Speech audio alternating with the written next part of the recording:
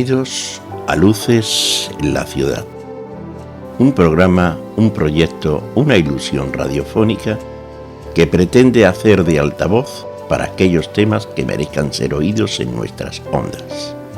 Aquí pretendemos tener hueco para expresar y dar a conocer proyectos sociales, humanos y culturales. Queremos iluminar con tu luz la ciudad, la región y el planeta. Luces en la Ciudad es un programa dirigido y realizado por Eugenio Fernández, Diego Navarro y en este caso, quien os habla, Basilio Moreno. Siempre contamos con protagonistas de la música, el teatro, la danza, la pintura, la historia y la cultura con mayúsculas, así como las actividades sociales para crear ese lugar de convivencia adecuado a las necesidades humanas, ese rincón donde se refleje y visualice las demandas de los castigados de la sociedad, ¿o no?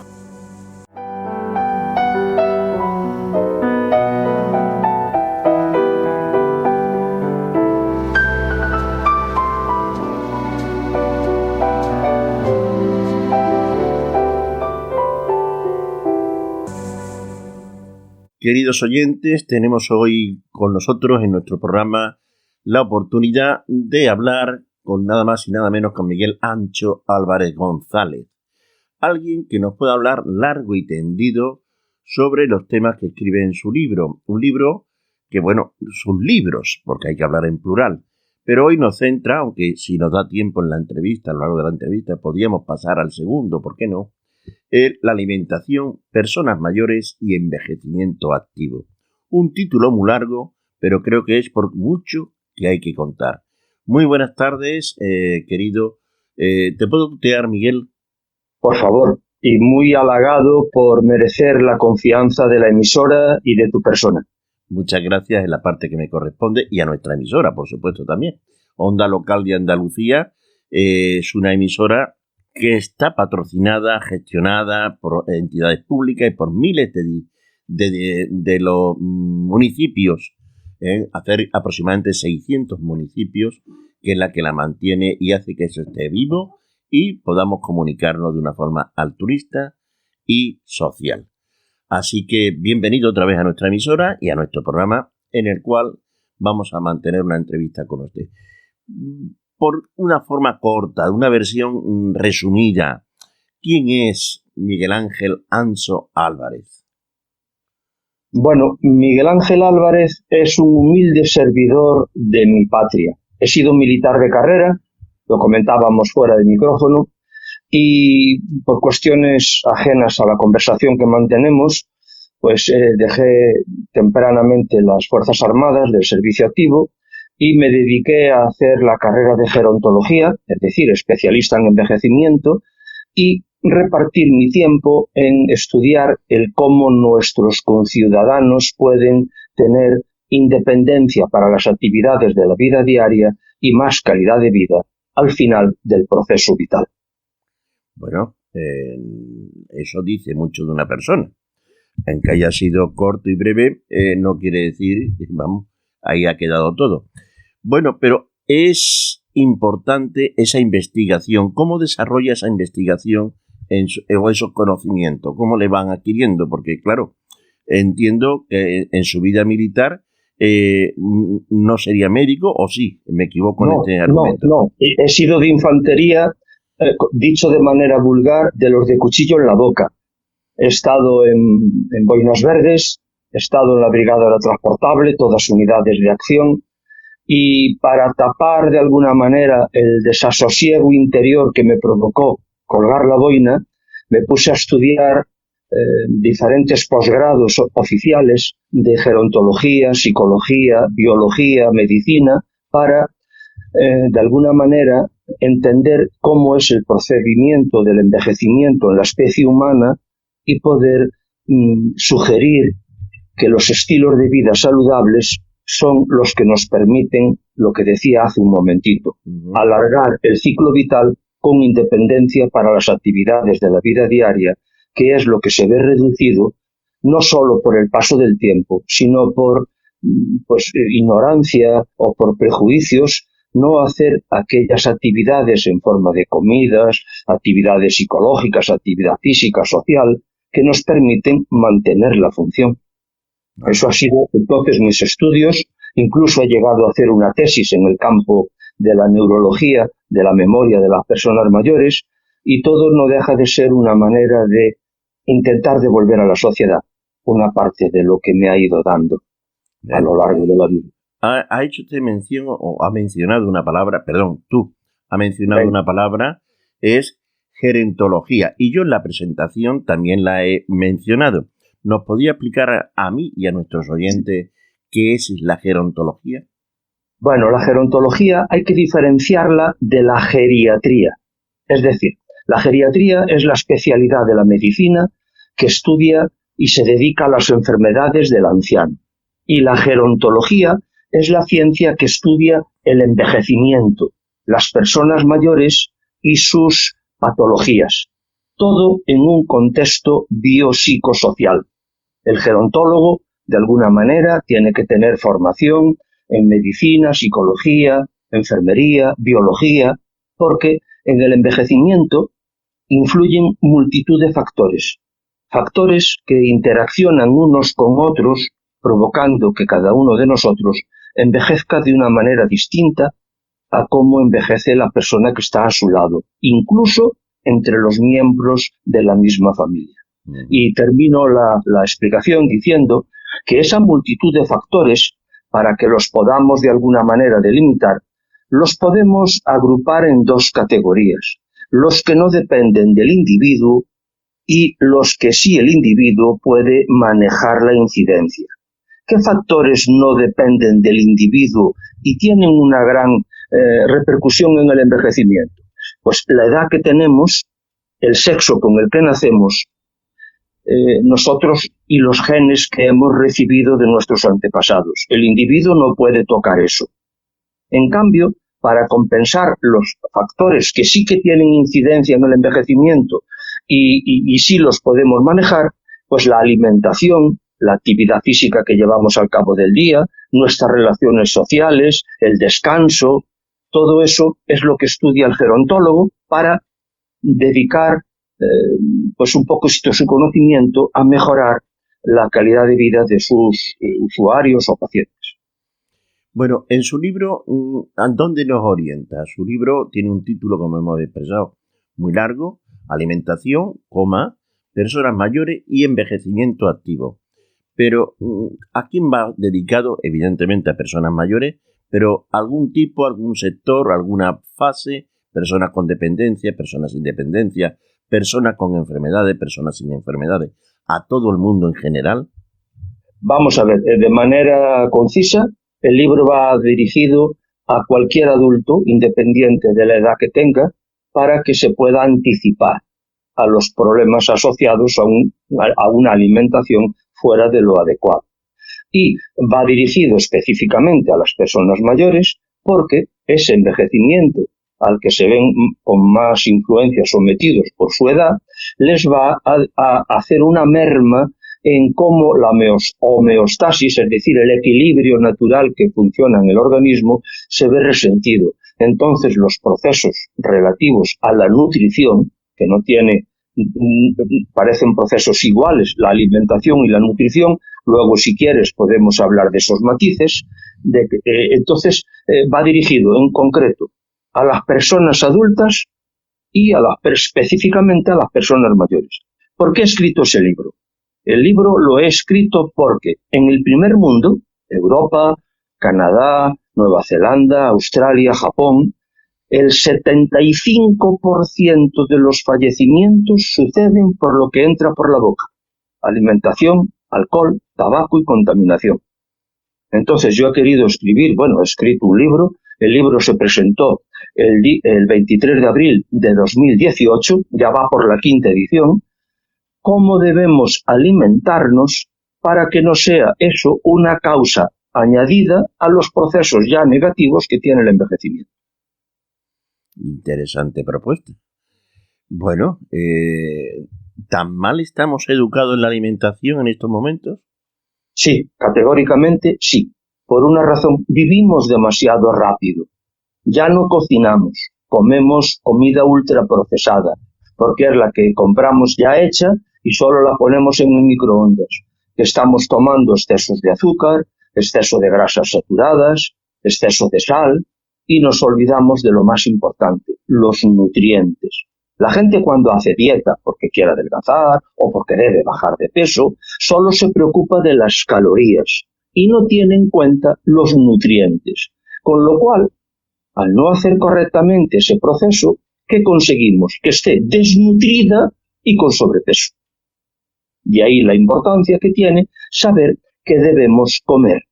Y yo en mi libro también pongo mucho énfasis en enseñar qué debemos comprar, porque de nada vale saber qué debemos comer si cuando vamos al súper no compramos lo adecuado. Puedo poner un ejemplo para que nuestros escuchantes tengan idea de lo que trato de decir. Una persona que tenga que tenga hipertensión arterial, su médico lo primero que le va a decir es que reduzca la sal. Entonces es muy importante cuando vayamos a comprar esos alimentos adecuados para la edad de cada uno o la enfermedad que tenga, que le dé la vuelta al producto envasado y mire el reparto nutricional para que elija un producto que se adecue mejor según sus niveles de azúcar, sus niveles de grasa, sus niveles de sal. Y eso lo pone la etiqueta. Pues de ahí que yo diga que hay que saber qué debemos comer y qué debemos comprar. En este caso hablamos del sodio, ¿no? Sería el componente. Bueno, el sodio es el que perjudica precisamente el funcionamiento renal y por añadidura tener más tensión arterial. ¿Qué sucede? Que la sal común es cloruro sódico, ClNa. Entonces, el problema de la sal en exceso en la alimentación del día a día no es la sal que cogemos y le echamos a la lechuga o le echamos a las verduras. Es la que viene en los alimentos que compramos, sobre todo si son procesados o ultraprocesados. Ahí es donde está el foco atencional. Ya le entiendo. Y también me sorprende decir que tenemos que tener más precaución con la sal o el cloruro sódico implícito en el producto que vamos a ingerir que en la que aportamos en el guiso, ¿no? Sí, justamente igual pasa con los azúcares. No es que la gente tome exceso de azúcar cuando lo pone en el cafelito o en el desayuno, pero puedo dar un dato. El Colacao de toda la vida, y yo invito a los escuchantes a que mañana vayan al súper y miren en la etiqueta del Colacao, el de siempre, que vemos que tiene de cada 100 gramos de producto 63 gramos de azúcar. 63 gramos de azúcar. Esos son los azúcares añadidos, igual que en las bebidas, en los refrescos. Una Coca-Cola tiene un bote de Coca-Cola, y no estoy hablando mal ni del Colacao, ni estoy hablando mal de la Coca-Cola. Es un hecho contrastable, lo pueden ver en la etiqueta. Un bote de Coca-Cola de 330 centilitros tiene el equivalente a 10 azucarillos en la composición de azúcar. Bueno, y volviendo o manteniendo el tema de los azúcares contenidos, la fruta sí tiene un alto nivel de contenido de azúcar, ¿no? En este sentido. Pero al estar incluida en la fibra natural que tiene la fruta, por eso yo recomiendo que la fruta se coma sin pelar. Bueno, los cocos sí que conviene pelarlos previamente. Pero bueno, la gente lo entiende. La fruta hay que tomarla con la piel lavadita, porque la fibra natural, aparte de hacer otros procesos muy beneficiosos para el organismo, hace que el azúcar natural de la fruta pase lentamente en forma de glucosa al torrente sanguíneo y no provoque picos de insulina para retirar el exceso de glucosa de la sangre. No sé si la entrevista nos daría tiempo, que creo que no, de hablar de cómo es el metabolismo de la glucosa y qué sucede con el exceso de sal para reducir la capacidad renal a medio y largo plazo, pero la clave es esa, no es por estética. Yo mañana voy a dar una conferencia en Sevilla en la que voy a hablar de que la obesidad y el sobrepeso no es un problema de estética, es un problema de salud. Porque la belleza del ser humano es su alma, es su manera de compartir lo que tenga con los demás, ayudar a los demás. Todos somos hermosos si tenemos un alma bueno, no estoy hablando de religión. Sí, vamos a dejar un alma cándida y adecuada. Claro, vamos. Entonces, el sobrepeso y la obesidad es una carga añadida para resquebrajar la salud por la repercusión que tiene en un montón de patologías. Pero no es un problema de estética. Bueno. Pero yo me gustaría aclarar algo porque a mí mismo me ha surgido la duda. Si hemos visto que los alimentos como la lechuga o como puede ser la patata o como puede ser cualquier otro componente vegetal, tenemos que vigilar ese nivel de cloruro sódico, porque no la piel no me lo va a compensar un poco o a restringir en su absorción, igual que ocurre con los azúcares. Es distinto. Vamos a ver. Los azúcares añadidos son los que son perjudiciales para la salud. Sí, los añadidos hablamos de productos elaborados. Claro, ahí no estamos hablando de eso. Y el problema de la sal en exceso, sea la que nosotros le ponemos a nuestra comida o sea la que viene incorporada a los alimentos, principalmente procesado, es que va a perjudicar el funcionamiento renal. Porque la sal, en una persona sana, joven, con salud, ese exceso de sal los eliminamos a través de la orina. Es decir, la sangre pasa por los riñones y esos excesos de sal se sacan de esa sangre, igual que otras impurezas, sobre todo la urea, que es lo que hace principalmente el riñón, y lo excretamos a través de la orina.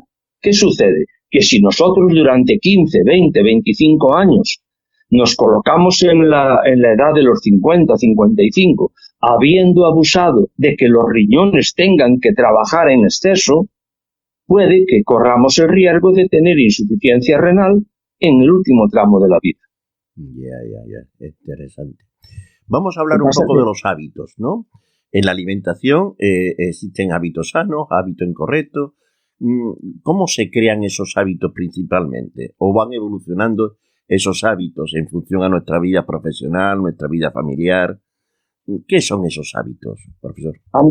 Antes he comentado que la sociedad actual vive muy rápido, no tiene tiempo de cocinar. Hoy está trabajando y mañana no. El sueldo no llega. Los hijos tienen una serie de problemáticas y las familias no son capaces de solucionarlo. Todo eso genera cuadros de ansiedad o de estrés. ¿Cómo mitigamos la presión del estrés y la presión de los cuadros ansiosos? Pues lo hacemos con sexo compulsivo, comida compulsiva, compras compulsivas, drogas, tabaco. Porque todas esas sustancias van directamente a unos lugares que en el cerebro se denominan los centros del placer. A los centros del placer pueden ir endorfinas, que son unos opiáceos naturales productos de la actividad deportiva o de la práctica de la actividad física. Y entonces, ¿qué pasa cuando en el cerebro se abren una serie de agujeritos para que entren esos opiáceos no naturales, que a la persona le calman? Entonces hay que distinguir en el tema de la alimentación el hambre fisiológica, producto del esfuerzo, del cansancio, al hambre psicológica. Y el hambre psicológica es la que después de cenar, lo que corresponde en función del peso y del sexo y de la edad, abro la nevera, un yogur, abro la nevera, un zumo, abro la nevera, un croissant, abro la nevera, chocolate. Y estoy comiendo 4 horas, porque me calma. Me relaja esos problemas de la vida diaria. Voy a dar un dato, que no sé si lo digo exactamente. En 2023, España fue el país de Europa a años luz con el siguiente en el consumo de ansiolíticos. Se vendieron 122,5 millones de envases de benzodiazepinas, que son los ansiolíticos. Y eso provoca una alteración en esas actividades de la vida diaria. ¿Y cuál es el problema de por sí de los ansiolíticos a través de las benzodiazepinas? Que calman, pero no curan el problema. Lo que pasa es que, claro, si una persona tiene un cuadro de ansiedad tremendo, hay que medicarlo. Pero nos hemos acostumbrado en la sociedad actual, y no es una crítica a nadie en particular, es una definición de la realidad, a que cuando tenemos un problema, vamos al médico, deme la pastilla. quiero adelgazar, deme la pastilla, el Ozempic, que no es una pastilla, pero bueno. Tengo un problema con mi novia, me dejó, deme la pastilla. Y la gente tiene que saber que los medicamentos son para curar enfermedades. Y hay cosas de la vida diaria que no es una enfermedad, a la vida hay que hacerle frente. Pero bueno, esto es un capítulo que se nos va un poco de las ramas del tema de la gerontología o del tema de la alimentación, pero era para explicar un poco por qué tenemos estilos de vida inadecuados. La frustración, la ansiedad, el estrés, nadie me quiere, nadie me hace caso, solo tengo 8 millones de seguidores en Internet. Bueno, digo solo porque con ironía. Yo no tengo, yo me relaciono con yo tampoco, ¿eh? yo no tengo ni seguidores. Creo que ando sobre los 2000 y le aseguro que no voy a tomar ansiolítico. Pero tanto es así que yo que me colaboro con muchas universidades, incluso del extranjero, muchas asociaciones de tipo social, no tengo Facebook, no tengo Twitter, no tengo Instagram, tengo el WhatsApp y el correo electrónico porque, bueno, evidentemente la relación académica me obliga a estar conectado. Sí, que hoy ya es una herramienta más que un hecho de disfrute, ¿no?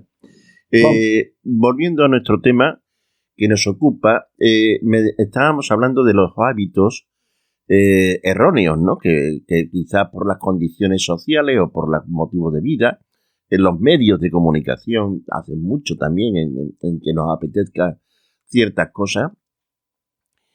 Igual que vamos cuando nos duelen los pies al podólogo, igual que vamos cuando tenemos esas situaciones críticas de salud al médico, ¿deberíamos ir a un endocrino o a una persona que nos oriente en la alimentación?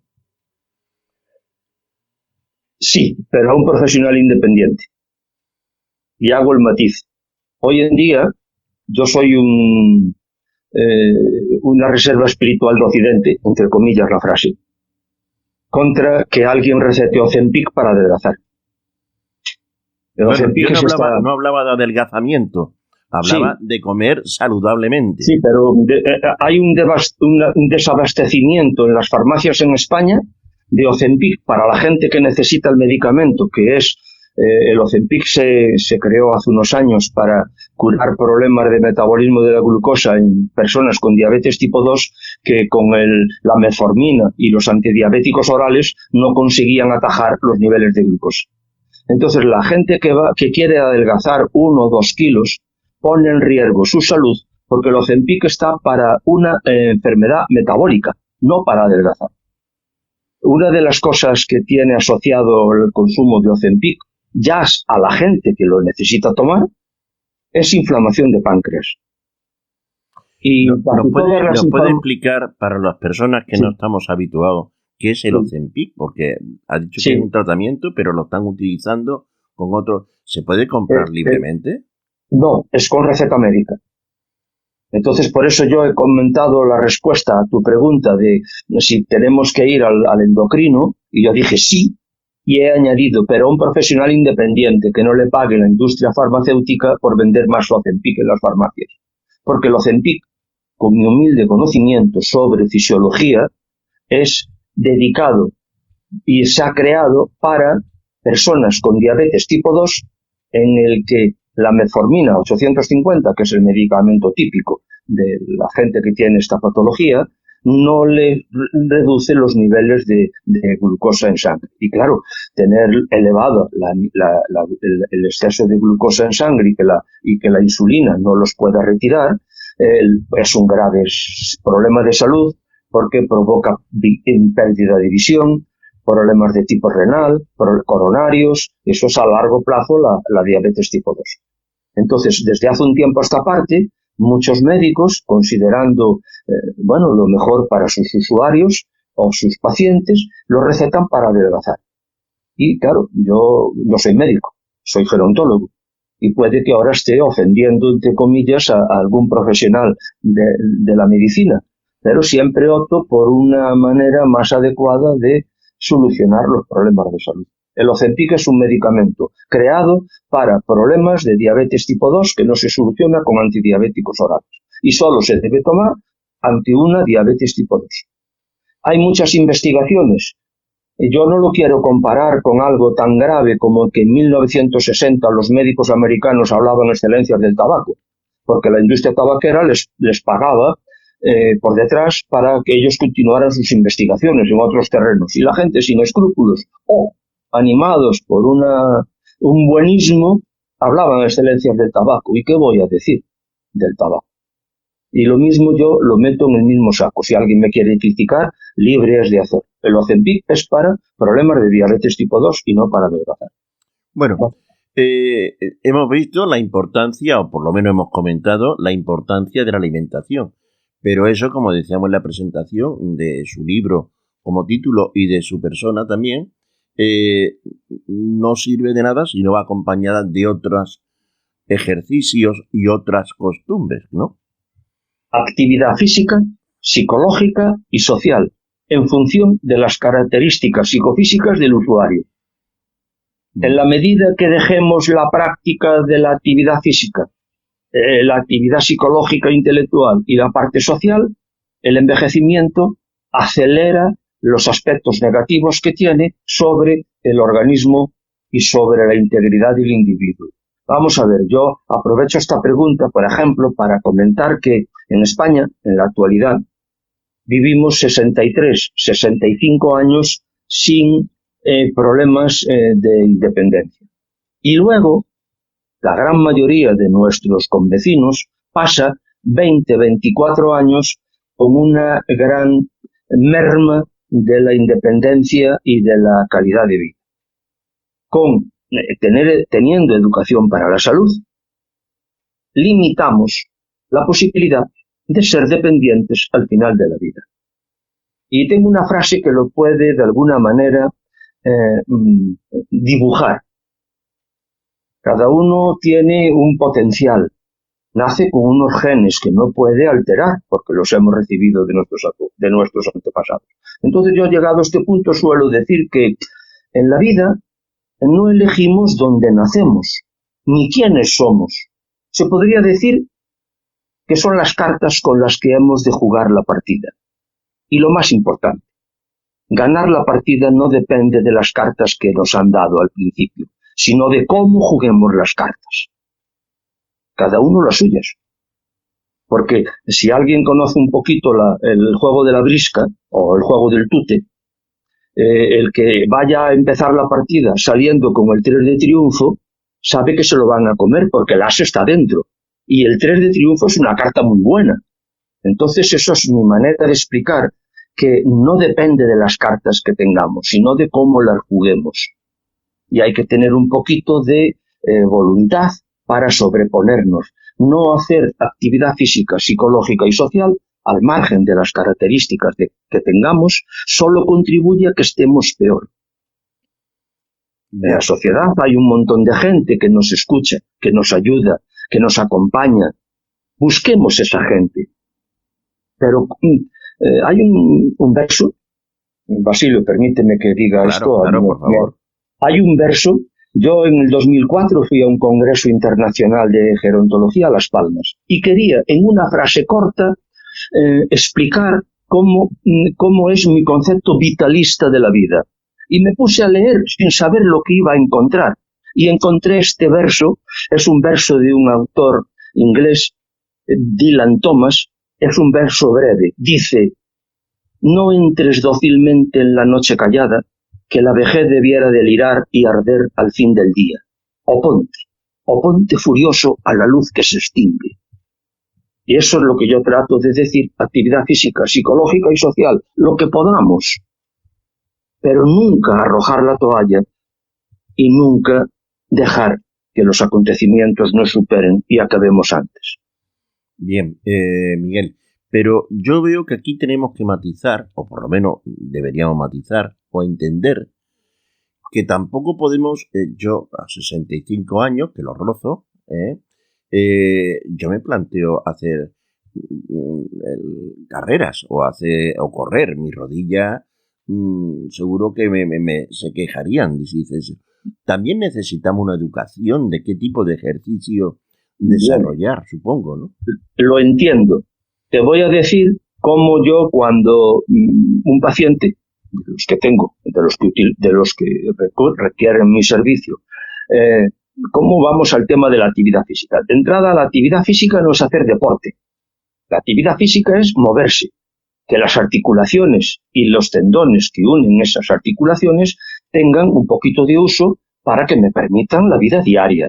Entonces, cuando yo le digo a la gente en una conferencia, por ejemplo, hay que andar 60 minutos al día. Claro, viene alguien y me dice, mire, es que yo llevo 5 años sin andar nada. Bien, mañana ande 5 minutos, siéntese.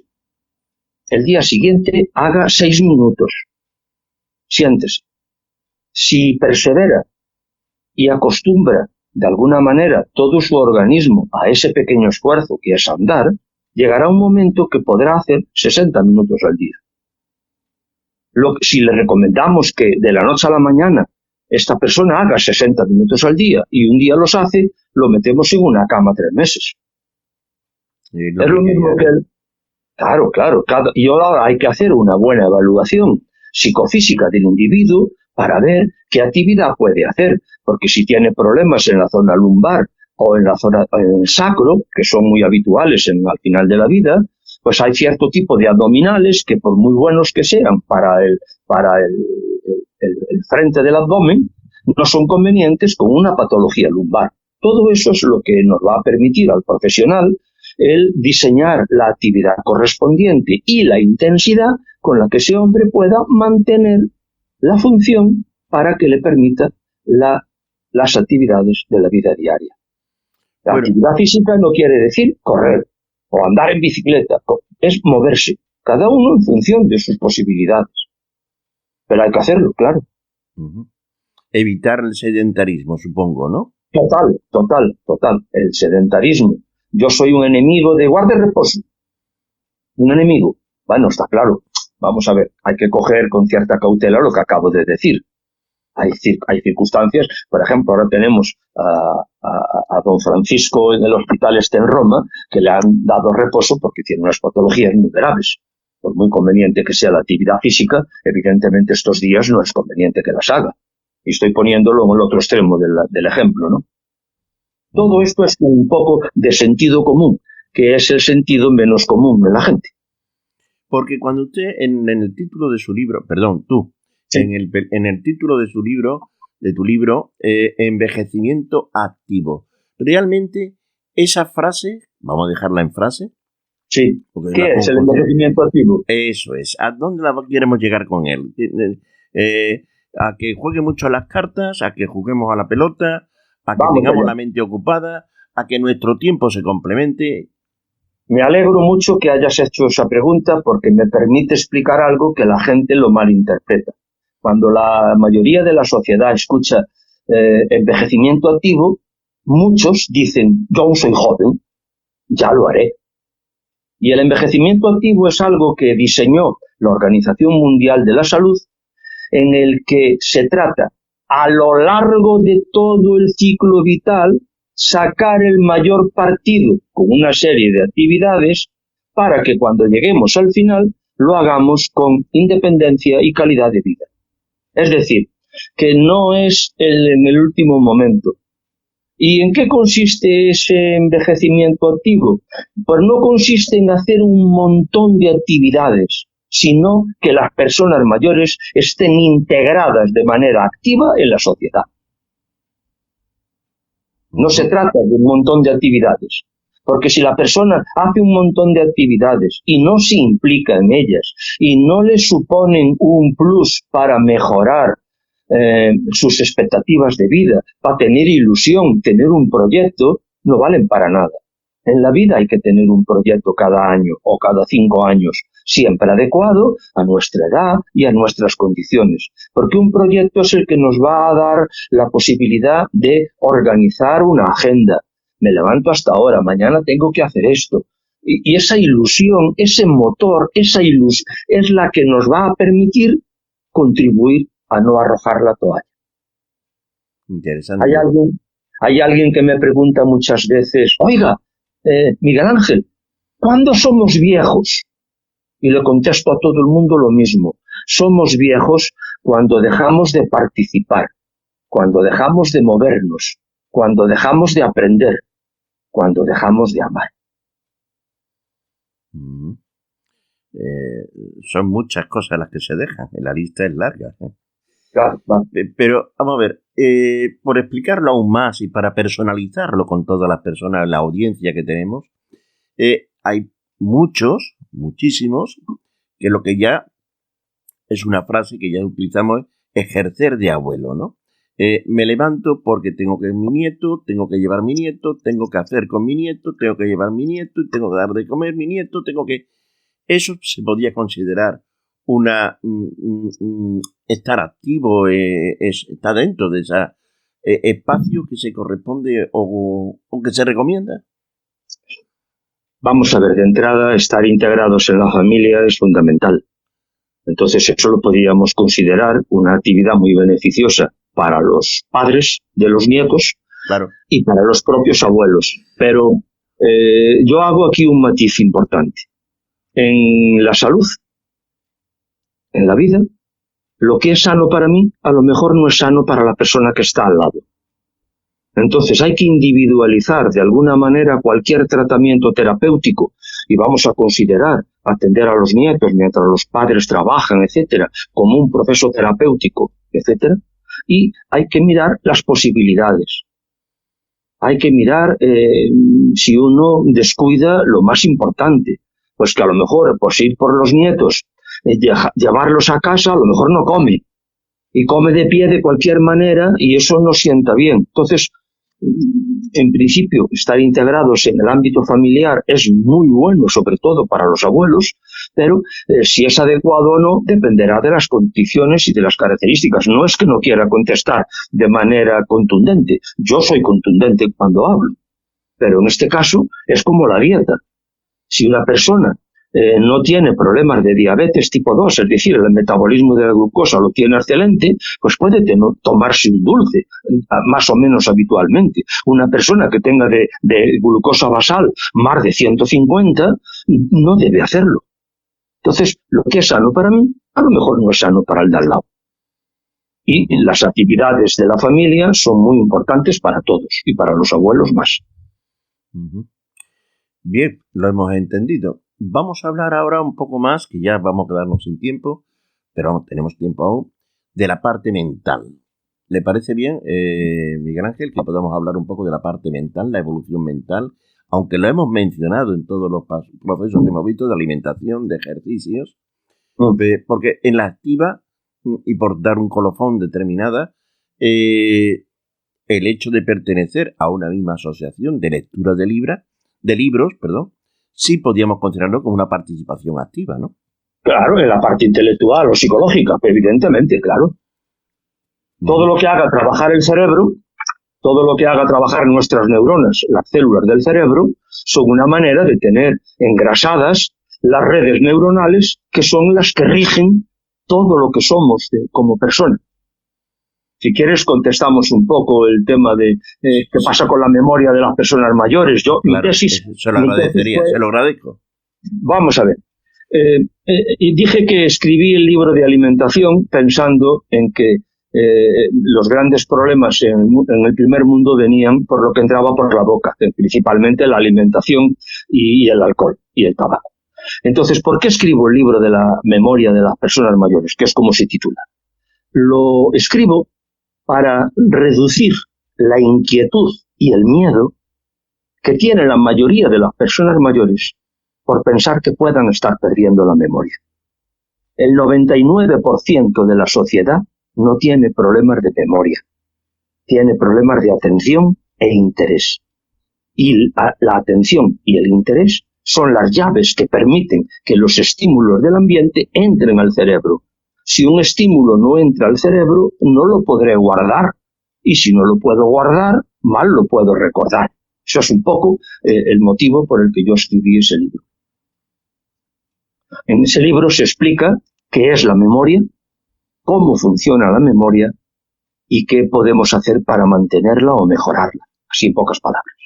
Ya, pero yo también me veo ya en esa situación de que cosas que antes recordábamos con mucha agilidad y naturalidad, hoy día se nos encasquilla a partir, vamos llegando a ese punto, ¿no? En el que aquello que recordábamos de una forma ágil, ligera, cómoda, hoy día, que al rato aparece, o por lo menos, pero sí vamos viendo que eso sí es una pérdida de memoria, o cómo lo explicaría usted. Vamos entonces a explicarlo. Hay dos tipos de pérdida de memoria. Hay la pérdida de memoria asociada a la edad, se hacen siglas PMAE, PMAE, y eso es envejecimiento normal. ¿Por qué la gente mayor tiene pérdida de memoria asociada a la edad? Bueno, primero, los estímulos entran por los sentidos, por la vista, el oído, el tacto, el olfato, el gusto. En la medida en que los sentidos decrecen su potencial, en la medida que al cerebro le entran menos estímulos. Segundo, los prejuicios, la soledad, el aislamiento. Todo eso es un caldo de cultivo para que el cerebro no esté potencialmente apto para recordar. ¿Y cómo se llamaba lo de la punta de la lengua? Sí. Si alguien tiene una palabra en la punta de la lengua es porque sabe que la tiene guardada. Si no, nadie dice lo tengo en la punta de la lengua, una palabra o una fecha que nunca haya escuchado. Y luego una cosa muy importante. Las personas mayores, al margen de la edad, cursan con pérdida de seres queridos, pérdida de roles sociales, pérdida de capacidad psicofísica, pérdida económica. Todas esas pérdidas que son un duelo. ¿Cómo vivimos un duelo los humanos? Con cuadros depresivos, tristeza, apatía, falta de interés. Entonces, ¿en qué está ocupado el cerebro de una persona que tiene todas esas pérdidas? En los problemas que tiene. Entonces se le escapa la atención y el interés para los estímulos de la vida diaria. Eso no es una enfermedad.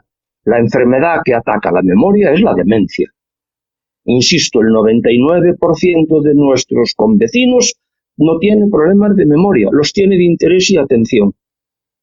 Eso creo que es una tranquilidad. Yo suelo comenzar cuando doy una conferencia sobre la memoria de las personas mayores, me dan la palabra y digo, bueno, acabo de comprobar que he puesto un escáner en la entrada de la sala y me ha dicho que han entrado 134 personas y 134 personas están libres de demencia, no tienen problemas de memoria. Y la gente, bueno, se ríen y entonces les explico lo que acabo de decir ahora. Es un problema de atención.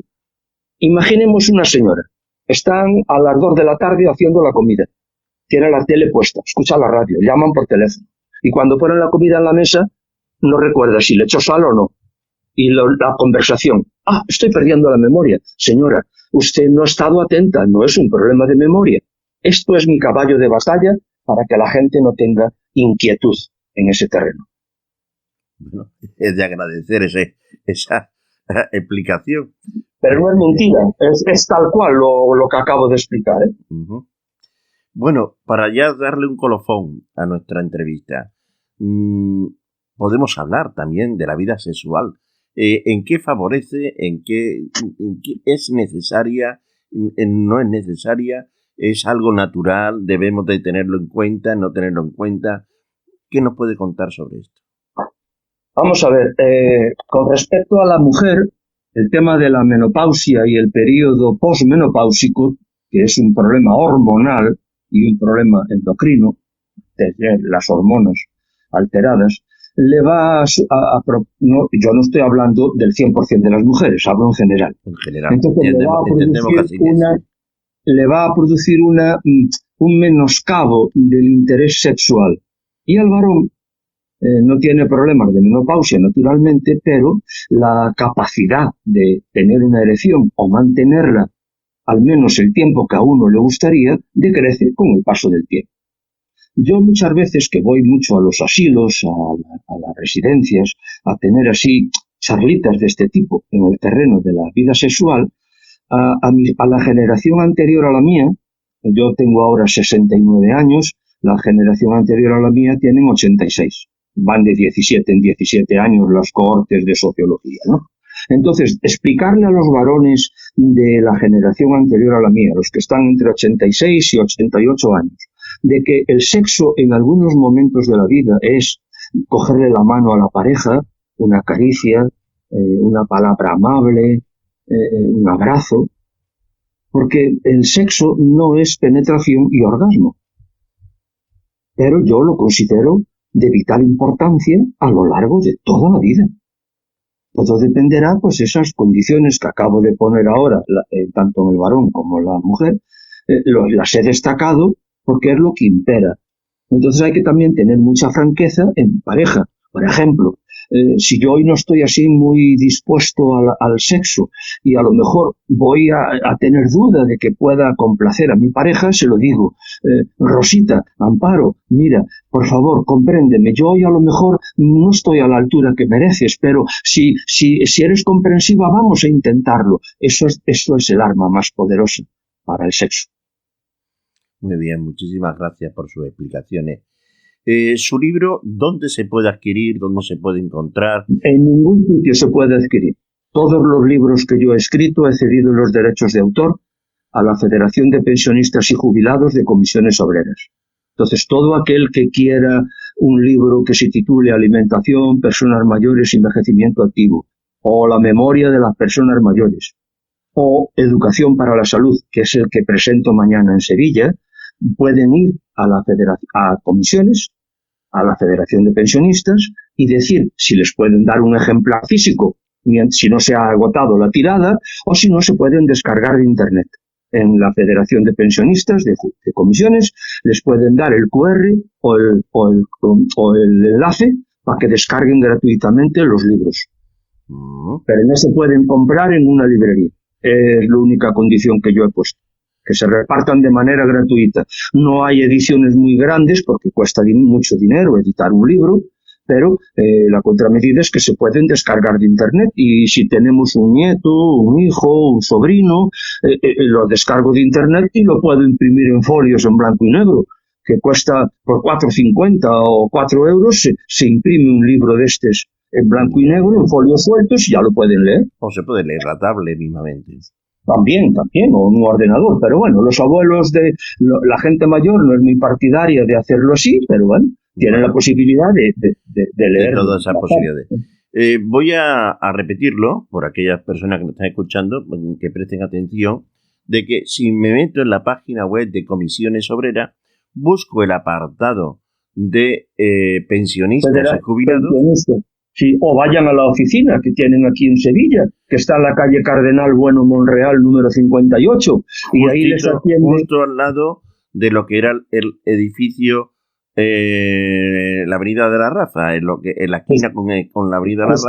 Por cierto, quiero destacar, y perdona, Basilio, ¿Cómo no? Quiero destacar con esto el gran compromiso que tiene la Federación de Pensionistas y Jubilados de Comisiones Obreras para y por luchar a favor del envejecimiento activo de nuestra población.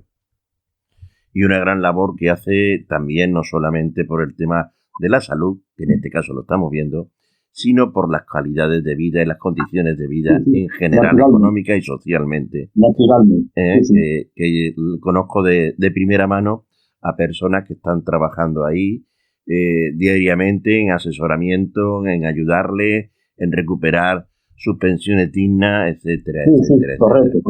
Correcto, estamos de acuerdo, sí. Bueno, pues Miguel Ángel. ¿Me dejas antes de que despidas la entrevista que diga un par de líneas nada más? Todo suyo. Por favor. Vamos, mañana presento en Sevilla el libro Educación para la Salud, un acto organizado por la Federación de Pensionistas y Jubilados de Comisiones. Se hace en el Centro de Participación Activa de Ciudad Jardín y empieza la conferencia a las 10:30. Y el tema es Educación para la Salud.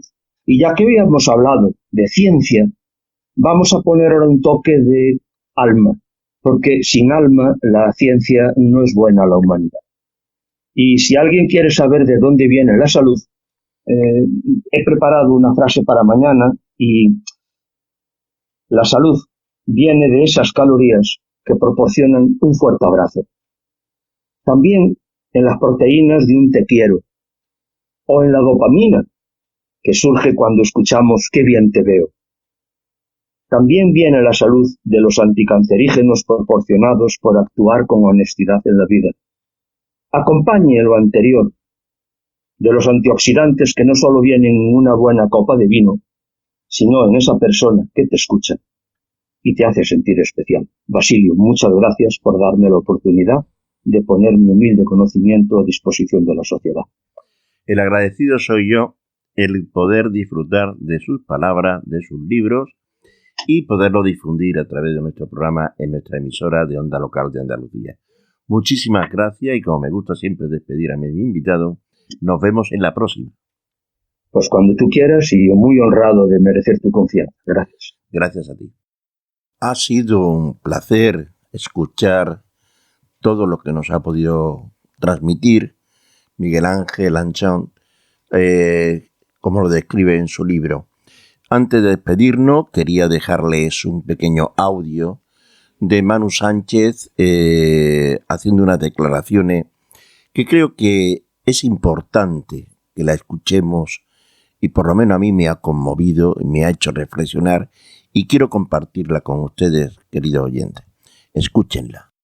Creo que el gran truco, la gran grieta por la que se ha colado la ultraderecha es explicarle a los pobres que su pobreza es culpa de otros pobres. Ahí han destrozado la lucha de clase, ahí no se da cuenta de quién le explota, de quién está arriba, de quién le pisa la cabeza, sino que a usted no le atienden en el médico porque han atendido a otro pobre antes que usted. A usted no le llega la ayuda porque hay otro pobre al que le llega la ayuda antes que a usted. Entonces, si ese pobre es de otro color, pues será por eso. Si ese pobre es de otra etnia, pues será por eso. Entonces, que nos hayan contado a los pobres que la culpa de que seamos pobres es que hay otros pobres, creo que es el gran caballo de Troya por el que se ha colado la ultraderecha. Y contra eso hay que pelear. Los pobres son pobres porque arriba hay ricos muy ricos. Me parece la gran lacra. Creo que ejerce una función política que es dulcificar a la derecha. Creo que al haber una extrema derecha, la derecha pasa a ser absolutamente moderada. Creo que ese monstruo se ha ido de las manos, se ha alimentado más de la cuenta, ya camina solo y más allá de esa función de moderar a la derecha, parece que viene a comernos a todos, ¿no? Creo que cuando veíamos y estudiábamos la extrema derecha de épocas pasadas, pensábamos, ¿cómo pudo ocurrir eso, no? ¡Qué barbaridad! Pues creo que tenemos que tener cuidado porque estamos condenados a repetir la historia si no la conocemos y algunos parece que están encantados de repetirla aun conociéndola, que es lo que me parece especialmente peligroso.